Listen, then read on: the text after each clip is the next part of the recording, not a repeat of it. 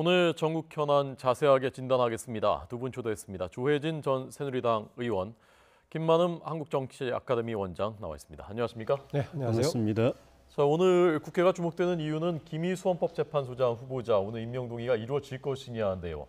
박한철 헌재소장 퇴임한 뒤에 꽤 지금 자리가 오래 비어 있고 김희수 후보자 지명된 다음에도 시간이 꽤 많이 흘렀지 않습니까? 그렇습니다. 어떻게 될 것으로 전망하십니까? 일단 오늘 8월 임시국회 마지막 날이기 때문에 오늘 임명이 절차가 진행되지 않으면은 조금 더 시간을 끌겠죠. 정기국회가 진행이 돼도 정기국회는 다른 사안들이 많이 걸려 있으니까요. 그런데 지금 애초에 예정된 바에 따르면 국민의당이 비교적 김일수 헌재소장 후보자에 대해서 그렇게 나쁜 시각을 갖지 않고 있어서 좀 가능할 것처럼 보였단 말이죠. 네. 그런데 김명수 대법원장 후보자 또 이우정 또 현재 재판과 같이 맞물려 가지고 적어도 이우정 재판관 정도는 조금 중도에서 그만둬야 되는 거 아니냐 이런 조건부로 얘기했단 말이죠. 그런데 아직 답을 주고 있지 않으니까요. 만약에 국회에서 투표에 따라 산다면 여당은 당연히 동의하겠고 그다음 동의 가능성 있는 국민의당은 이우정 재판관 쪽은 부결을 시키고 나머지 동의할 가능성이 있는데요. 이우정 재판관은 국회 동의 절차가 필요 없이 지금 가는 거니까요. 네. 답을 안 주고 있어서 지금까지 애매한데 어제 저녁에 국민의당의 워크숍하는 과정 속에 상당히 비판적인 목소리가 나왔다고 해서 지금 상황을 전망하기가 상당히 애매해 보입니다. 네. 임명 동의는 과반 투표에 과반 찬성이면 통과되는 거죠? 예. 어떻게 전망하십니까? 지금 여당이 아시는 것처럼 과반이 안 되죠. 말씀하신 대로 국민의당이 찬성을 하면은 통과 가능성이 있죠. 네, 네. 그렇게 되면은 일부에서 말하는 것처럼 국회의장에 의한 직권 상정도 한번 가능성이 이제 생기는데 일단 자유한국당이나 바른정당 같은 기존 보수 정당들은 김희수 재판관이 통진당 해산을 반대했던 점이라든가 또 5.18 민주항쟁 과정에서 경찰 사망을 초래한 버스 기사한테 그 당시에는 중형을 선고를 했다가 최근에 헌법재판소장 청문회 때 돼가지고는 그걸 또 이제 사과를 하고 네, 네. 이렇게 조금 좀 가치관이 어떤 건지 잘 모르겠다. 조금 그렇게 이제 보는 불신이 좀 생겼죠. 거기다가 새로 임명 내정된 김명수 대법원장 또 이우정 헌법재판관 후보자 이런 인물들에 대해서 야당이 굉장히 편향적이다, 정치적으로 이념적으로 편향적이다라고 보는 것 때문에 같이 더 이제 문제가 많이 생기게 되었어요. 예. 거기다가 국민의당도 교수님 말씀하신 것처럼 초기에는 약간 우호적이었는데 김희수 재판관 헌법재판소장에 대해서 우리 안철수 대표가 새로 복귀하고 나서 상당히 이제 강경 노선으로 이제 수정을 해가고 있어가지고 정부 여당에 대해서 그런 점도 이제 변수가 돼서 쉽게 낙관하기가 어려운 것 같습니다. 네. 지금 그러니까 연계돼 있는 김명수 후보자 그리고 이우정 후보자 중에서 논란이 더 심한 것이 이우정 후보자란 말입니다. 그렇습니다. 최근에 정치적 편향성에 이어서 어제 오늘 사이에는 주식 투자 문제가 또 새롭게 불거졌는데 네. 김 원장이 보시기엔 어떻습니까? 그러면 여권이 지금 청와대가 이 문제로 어떤 돌파구를 모색할 가능성 이우정 후보자의 거취와 관련해 있다고 보십니까? 청와대가 그동안에 지금 한 4개월 다 돼갑니다만은 새 문재인 정부에서 그런 인사 문제에 대해서 즉각적인 대처를 별로 하지 않는 것 같습니다. 조금 시간을 끄는 것 같아서요. 만약에 오늘 8시에 본회의 열린 시기까지 선택한다면 오늘 오후에 결정을 해야 될 것인데 네. 이우정 지금 재판관 후보자를 두고 그런 결정할 가능성은 없어 보인다.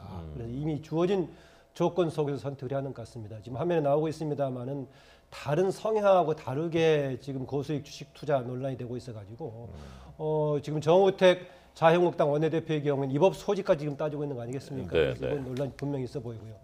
대신 자유한국당을 중에서 제기하고 있는 김희수, 김명수 두 후보자에 대한 이념 편향성 문제는 조금 달리 볼 필요가 있다는 것입니다. 만약에 우리가 사람들의 성향에 따라서 후보자의 성향에 따라서 조금의 좌우 왔다 갔다 할 수 있는 거 아니겠습니까? 그런데 이게 국가의 정체성을 위험하게 할 정도의 이념 성향이라면 당연히 문제가 되겠지만은 그동안에 판사로 일해왔던 사람도 아니겠습니까? 만약에 그럼 애초에 판사 자격이 안 됐겠죠.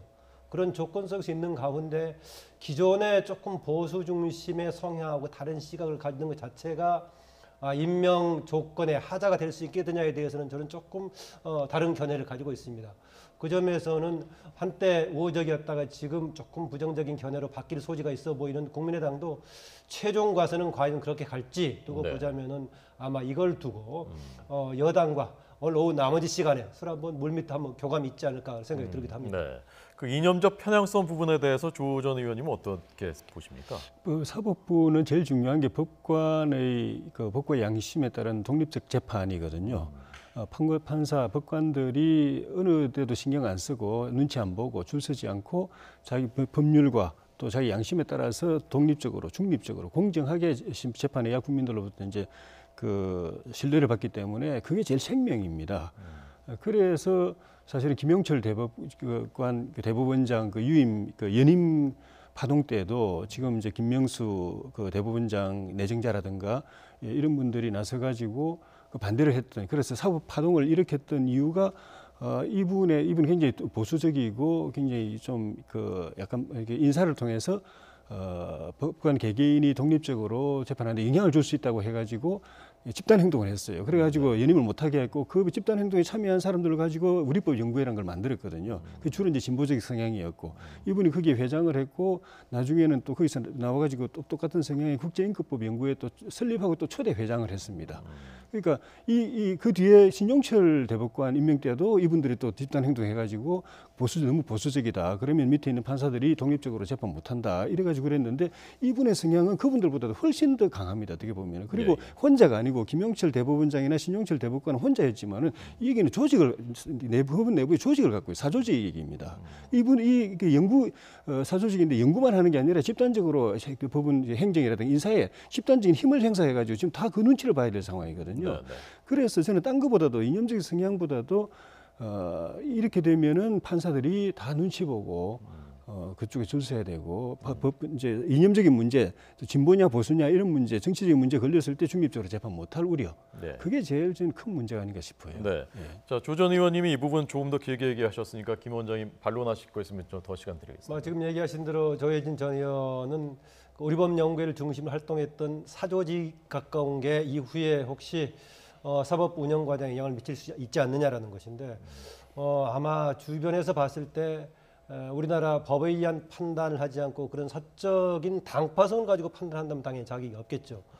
그런데 이런 점은 있습니다. 우리가 보통 법이라는 것이 사회적인 약자한테 도움이 돼야 하는데 역사적으로 보면 법책이라는 것이 보수적일 수밖에 없다. 그런데 우리나라의 경우에는 더욱더 좀 과도하게 조금 강자 우위 또 보수 우위 아니었느냐는 점에서 조금 더 예전보다는 우리의 사법부 기류가 조금 더 진보적으로 바뀔 필요가 있지 않느냐. 이것이 또 하나의 시대의 흐름이고 요구 아닌가. 그걸 좀 감안할 필요는 있다는 생각이 듭니다. 네. 자, 이 주식 문제도 잠깐 좀 짚어보겠습니다. 주식 투자한 부분은 어떻게 인정할 만하다고 보셨습니까? 아니면 과하다고 보셨습니까? 둘 중에 하나 아니겠습니까? 대단한 능력이 있는 주식 투자의 달인이거나 아니면 본인의 주장과 다르게 뭔가 사전 아니면 내부 정보를 활용했거나 둘 중에 하나인데 일단 본인이 투자해서 그런 소득을 거뒀다고 얘기하니 그대로 믿겠지만은 비판적인 쪽에서는 문제점 삼을 수밖에 없을 것이다라는 얘기하고 있고요. 더구나 그쪽에 관심이 많다면은 헌재 재판관 쪽보다는 그런 활동으로서 변호사하는 게 낫지 않는 이런 지적도 하는데 조금 국민들한테 상식적인 이렇게 공감을 얻기는 어려운 그런 상황 아닌가 그렇습니다. 네, 조일. 주식 투자를 하는 분들 또 정권 전문가들의 이야기는 열에 한 명 정도가 그럴 수도 있다. 어떻게 여러 가지 요인이 겹치면은 그렇게 일반적으로 없는 그런 고수익률이 창출될 수 있다라고 하는데 열에 9명은 저거는 정상적인 게 아니다. 아주 그냥 간단하게 이야기하면 내부 정보를 가지고 그 정보에 따라서 자기 어떤 판단에 따라서 이렇게 했다기보다도 정보에 따라서 그대로 움직였기 때문에 값이 나중에 상장될 걸 알고 사고 상장되고 난 뒤에 이제 올라갈 때 팔고 내려올 거 떨어질 걸 아니까 또 팔았다가 떨어지고 난 뒤에 그게 조금 있으면 다시 올라간다는 걸 알고 다시 또 사가지고 또 올라갔을 때 또 다시 팔고 그러니까 그 정보에 따라서 움직인 거고 그 정보 내부 정보 유출은 그 정권관계법 위반이다, 실정법 위반이다, 형사처벌 대상이다 라는 것이 이제 다수 의견들인데 이거는 본인이 이제 청문회 때 제대로 해명을 못했어요. 그냥 두루뭉실하게 대답을 해버려 가지고 거기다가 시민단체에서도 고소 고발을 할 예정이고 정당들도 고발을 할 예정이라 가지고 이거는 저 민심 여론상으로도 그 인명권자인 문재인 대통령에게 벌써 이미 상당한 부담을 주고 있고 제가 볼 때는 이거 정상적으로 임명하기가 쉽지 않은 것 아닌가 싶은데 만약 임명을 강행한다고 하더라도 부담이 될 겁니다. 상당히 여론의 부담이 되고 이제 검찰 수사를 통해서 이것이 그 입증이 되게 되면은 그때는 재판관 그만둬야 되고 또 그거 별개로 또 인명권자에게 그보다 훨씬 더 큰 부담이 가고 그래서 청와대가 지금 상황을 보고 있는 것 같은데 임명 강행할 수 있을까 저는 좀 쉽지 않다고 봅니다. 네, 자 본인의 입장은 그러니까 민간인 시절에 변호사의 시절에 주식 투자를 한 것이었고 직접 투자했다는 거죠. 예, 정당한 것이고. 자본주의 체제에서 주식 투자라는 것은 뭐 건전한 방법 아니냐 재산 증식하는라는 부분이었습니다. 자 저희가 오늘 뉴스 시작하면서 박성진 중소기업 벤처부 장관 후보자의 기자회견을 생중계해드렸습니다. 두 분 아마 보셨을 겁니다. 자 그러니까 사퇴는 없고요. 본인이 현 정부의 정책 기조하고 크게 다르지 않다. 그리고 이념 정치에는 원래 관심이 없었다라는 설명이었습니다. 어떻게 들으셨습니까, 김 원장님? 뭐 정치적인 이념에는 관심이 없었다는 얘기를 하고 있었고요. 그는 건국절 관련 얘기도 본인이 표현을 했었지만 그렇게 요즘 논란이 되고 있는 정치하고 관련된 그런 관점에서 한 거 아니었다 그런 주장이죠. 또 하나 이승만 전 대통령 관련 포함해서 이후에 우리나라 현대사관 관련해서 아주 강한 보수적인 입장을 보인 것은 직접적인 표현을 하지 않았었지만 은근히 박태준 전 포철회장 영향을 받은 것처럼 얘기했단 말이죠.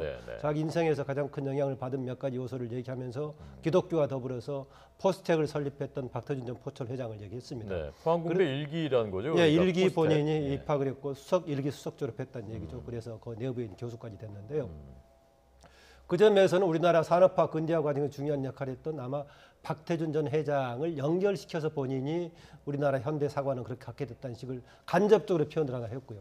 또 하나 얘기 중에서 자기가 상당히 현재 보수 또는 극우에 가까운 사관을 갖고 있는 거 아니냐. 심지어 뉴라이트 얘기도 하고 있는데 자기는 상관이 없다는 얘기를 하면서요.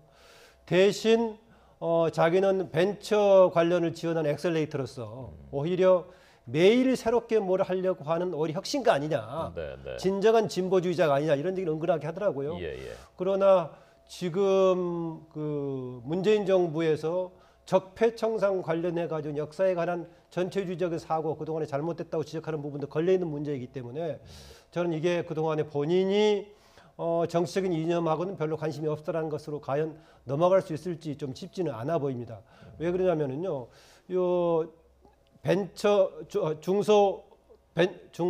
기업 벤처부죠. 그러니까 우리가 중기부 중소벤처부죠.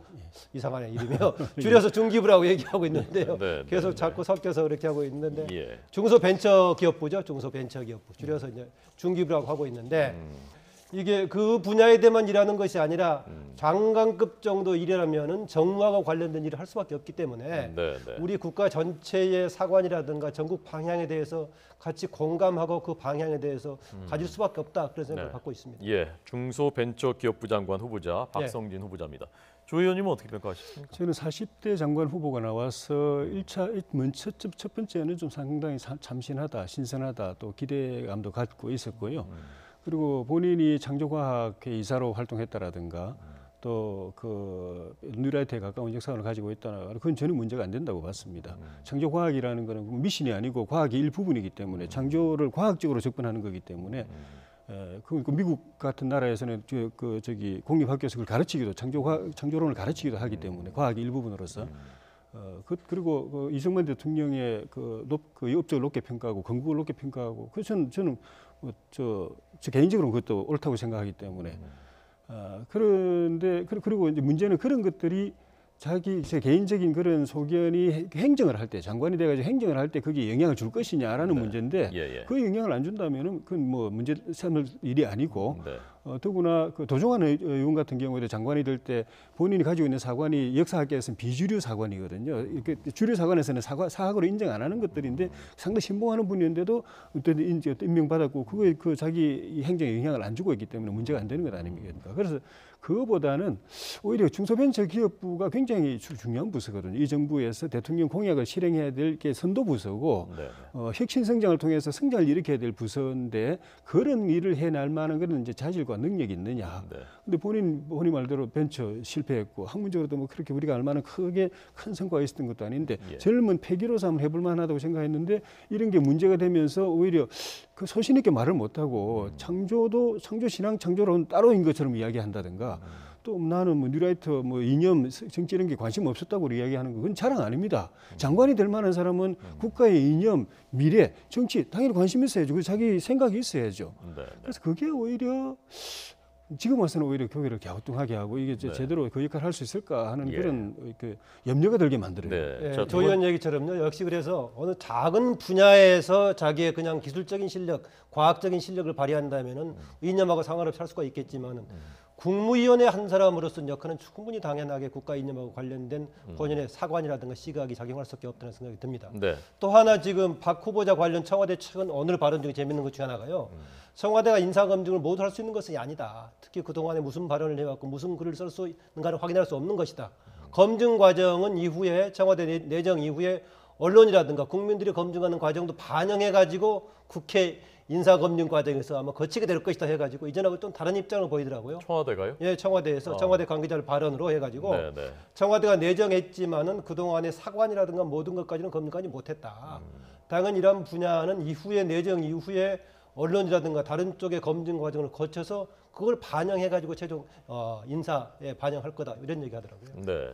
자, 그런데 어쨌건 오늘 그 장관 후보자가 기자회견 생중계되는 기자회견을 했다는 것은 청와대와는 사퇴하지 않는 쪽으로 어제까지만 해도 여권에서 일부 부정적 기류가 있다는 보도가 나왔었는데 사퇴하지 않는 쪽으로 청와대와는 정리가 됐기 때문에 한 거 아닙니까? 아마 그렇게 봅니다. 그렇게 보고요. 청와대 쪽에서는 얘기하는 게 인사청문회까지 가는 걸 상당히 아직까지 염두에 두고 있는 것 같아요. 네, 인사청문회까지 갔을 때 어떻게 되는가 이거 두고 보고 있고요. 또 하나 이거는 박성진 그 후보자 한 사람 문제뿐만이 아니라요. 영역이 다른 쪽의 인사 문제에도 영향을 미칠 가능성이 있다. 아까 법조 3인 얘기했지 않습니까? 김인수, 김명수 후보자에다 이우정 후보자 얘기했고요. 이미 요즘 지금 한 일주일 전쯤에 한참 논란이 됐다가 잠잠합니다만은 이미 임명이 돼서 임무를 하고 있는 유영진 식약처장 문제라든가 여러 부분 같이 걸려 있기 때문에 네. 이것은 특히 인사 검증 과정에서 조금 비판적인 조망을 할 가능성이 있는 야당들의 태도에도 영향을 좀 미칠 소지가 있는 변수라고 봅니다. 네. 자, 오늘 전국의 뜨거운 이슈 중에 하나입니다. 저희 YTN이 단독 보도했는데 이해훈 바른정당 대표가 사업가한테서 금품, 명품 비롯해서 금품을 수천만 원대 받았다. 대가성도 있었다라고 이 사업가가 주장하면서 근거도 제시를 했습니다. 이해훈 대표 쪽은 거기에 대한 반론을 제기했고요. 자, 이게 지금 아직 단정적으로 얘기하기는 어렵습니다. 어쩌면 수사로 가게 될 가능성도 있고요. 지금까지 나왔던 그러나 그 팩트들이 있습니다. 그 제시된 근거들이 있고요. 거기까지만 보시고 어떻게 판단하셨는지 먼저 조 의원님. 일단 그 이해훈 대표가 돈을 받은 적이 없다. 그리고 그쪽에서 주장하는 편의를 봐준 적도 없다. 그리고 편의를 봐달라고 부탁받은 적도 없고 도와준 적도 없고 누구를 속여서 연결시켜 준 적도 없다. 그리고 돈 말고 뭐 지갑이나 뭐 이게 뭐 이런 것들 이제 자기한테 줬다고 그러는데 그거 다 돌려줬다. 네. 풀어보지도 않고 돌려줬다 이렇게 그 아니라고 이제 이야기를 하고 있고 오히려 그 주장을 한 사람을 명예훼손으로 고발하겠다고 이야기하고 또 그 주장한 그분도 또 이해훈 대표를 그 법적으로 좀 문제 제기하겠다라고 이야기하니까 이거는 시간의 문제지 결국은 이제 사법 당국이 관여를 할 수밖에 없고 사실 조사는 이런 공방보다는 그런 조사 과정을 통해서 거의 그 실체가 규명될 수밖에 없지 않겠는가 그런 생각이 듭니다. 네, 김 원장님. 저도 역시 뭐 조만간 어느 정도 가닥이 잡힐 걸로 보긴 합니다. 대신 굉장히 조심스러운데요. 지금 새로 바른정당 대표가 가지고 상당히 열심히 하고 있는데 이 문제가 어디로 가느냐에 따라서 전국에도 영향을 미칠 걸로 봅니다. 단 두 가지 정도는 상당히 뭔가 좀 꺼림칙해 보입니다. 두 가지가 뭐냐? 하나는 그때그때 돈을 빌려 쓰고 돌려줬다는 거 아니겠습니까? 네, 그런데 이해훈 바른정당 대표가 그렇게 공공한 상황인가라는 생각도 들고요. 또 정치인들이 간혹 돈을 빌렸을 경우에 한두 번 정도는 빌려 쓸 수 있지만은 여러 번에 걸쳐서 이렇게 빌려 쓰고 갚아주고 뭐 이런 것이 과연 상식적으로 이해가 될 수 있는 것인가 하나가 걸리고요. 또 하나 그 대기업 고위직 사람을 소개하거나 그런 적이 없다라고 했었는데 지금 문제를 제기한 기업가는 본인의 그 문자를 계속 보여주고 있는데 네, 네. 그 둘 간의 관계를 어떻게 해석할 것인가 돼 있어 당장 보기에도 두 가지 정도면 확실하게 좀 쟁점이 될 소지가 있어 보입니다. 네. 통상 그 거물급 정치인들, 뭐 당 대표라든가 이런 경우에 어떤 정치자금법 문제라든가 이런 게 불거지면은 뭐 큰 기업들에서 이제 거액을 받고 하는데 이 경우는 뭐 잘 알 수 없는 기업에서 뭐 1,000만 원, 뭐 500만 원, 뭐 이런 식의 지금까지 또 본 적이 없는 유형인 것 같기도 합니다. 한 번 정도는 그때에 따라서 빌릴 수도 있겠죠, 급하게. 그런데 몇 번에 걸쳐서 이렇게 했던 것은 조금 이해가 안 되는 부분이 있고요. 그다음에 전혀 누구를 소개해 준다거나 사업 알선한다거나 그런 말 한 적도 없다. 그래서 전화번호도 알려준 적이 없다라고 얘기했는데 또 문제를 제기한 사람은 문자로 있다라고 얘기하니까 네. 서로 대조해서 확인하면 되겠죠. 네, 자 여러 가지 그 사업가 쪽에서는 여러 가지 근거들을 제시해 놓은 상태입니다. 파장이 어디까지 갈지 좀 지켜봐야 되겠습니다만은 어쩌면 보수 야권 전체, 뭐 더 나아가서는 정치권 전체 판도에도 영향을 미칠 수 있는 사안일 것 같습니다. 이게 이제 일단 사실인지가 중요하고 그 사실일 경우에 되게 그 본인이 A 씨라는 사업가가 이야기한 거는 그 좀 전에 말씀하신 그런 정치인들이 흔히 사건이 되는 그 금액에 비하면 아주 소액인데 이것이 법적으로 어떻게 될 것인가 하는 그런 부분이고 그리고 그게 모든 것이 그 사업가의 폭로대로 사실로 다 규명이 된다고 하더라도 이게 이제 물론 이제 당에는 뭐 부정적인 영향을 주겠지만은 당 차원의 비난 가능성하고 또 본인 개인의 비난 가능성은 또 이제 다른 부분이 있기 때문에 별로 좋은 일은 아니지만은 네. 뭐 이렇게 이 정치판 내년 지방선거 앞두고 정책연대 또 선거연대 또 더 나아가서 할 수 있으면 이제 합당 문제 이런 것들이 거론되고 있는 이 큰 흐름에는 뭐 이렇게 이쪽이든 저쪽이든 간에 큰 변수가 안 되지 않겠는가 그런 생각이 듭니다. 네, 예. 당의 그 한 소속 의원이 아니라 이게 당 대표거든요. 김 네. 위원장님 어떻게 보십니까?